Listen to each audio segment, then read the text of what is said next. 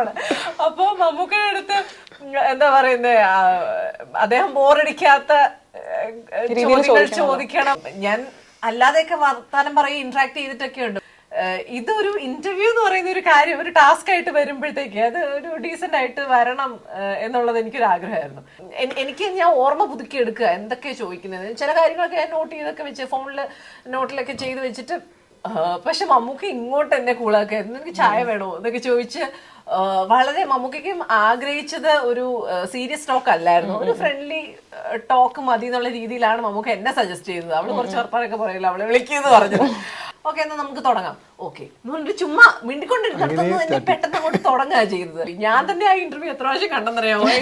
ഇത് ഞാൻ ചെറിഷ് ചെയ്യുന്ന ഒരു കാര്യമാണ്. ഞാൻ ഒരു ഭയങ്കര മമ്മൂക്ക ഫാനും കൂടെയാണ്. അപ്പൊ എനിക്കത് ഭയങ്കര ഒരു എന്താ പറയാ സന്തോഷമുള്ളൊരു മൊമെന്റ് ആണ്.